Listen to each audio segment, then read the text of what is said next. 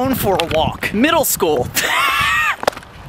I hated middle school. Really, not necessarily like the middle school specific part, but like the whole life surrounding everything about me during middle school. I spent most of my middle school life trying so hard to be one of the cool kids. So many people always like to talk about the cliches of the high school social hierarchy, and I didn't really experience those. I really experienced them in middle school beforehand. It happened early for me. Pretty much here's how it went down. Your social status depended 100% entirely on your performance at recess football. That 20 minutes in the middle of the day after lunch was life, man. It was or death.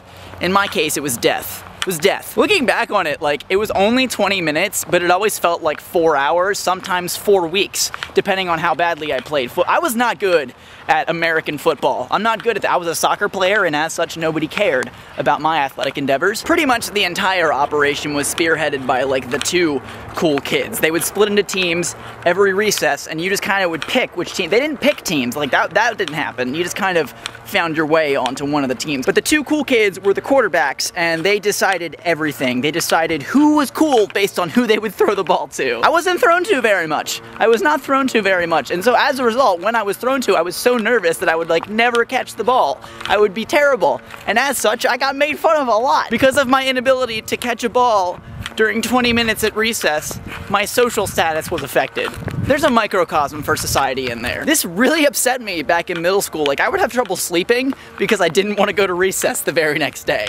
Recess, like, that's like the best part of the day for middle school. I hated it. There was one time though when both of the cool kids were sick and therefore the quarterback position was vacant, and I happened to be injured that day. My left wrist was hurt, so I was like, guys, I cannot do anything but play quarterback right now. Was the first inkling that maybe my path involves being a persuasive speaker and not necessarily an athlete, but that's a story for another time. That recess day when I was playing quarterback, I actually killed it.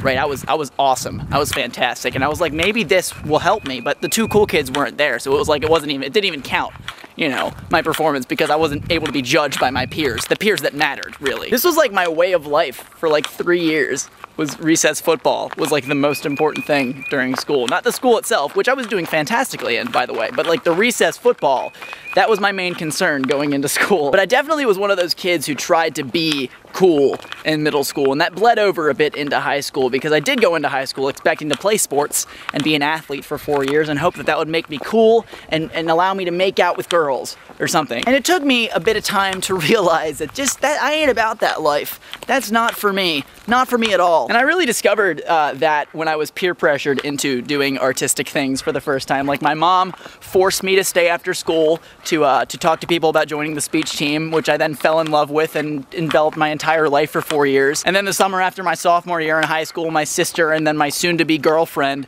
peer pressured me into doing a production of Les Mis because they needed guys, and I ended up loving it and doing theater for a couple more years. But even within those like fringe communities, I guess, I still tried to be like the cool guy in that community, because what people thought about me was so important to me. And that's just like, that's not a way to live, man. If you spend your entire life trying to get people to think that you're cool, no one's gonna think that you're cool because you're trying so hard, because coolness inherently involves a lack of effort. And coolness as like a thing is so relative. Like, everyone's definition of cool is different, and I think that's cool in and of itself. I think the more important coolness is the kind of coolness that you decide yourself, not necessarily what's put forth by the rest of your peers or the people who you surround your life with. I'm a huge advocate of trying stuff, doing new things, but not if the goal of those things is to make yourself seem cool. And if you don't agree with me, that's cool, whatever, but just think about this fact. The 80s happened. There were a lot of things that were deemed cool during the 80s that, oh God, no. Oh God, no. And in the same way, middle school recess football was really cool to me back in the day, and now seems like the lamest thing ever. So there you go. That's all I gotta say about that. I wanted to go on a walking adventure and talk about my middle school life, because I love middle school so much. I hated middle school. But yeah, as always, I'm Connor Manning. You've just become a little more awesome, and I'll see you guys on Friday. Yeah?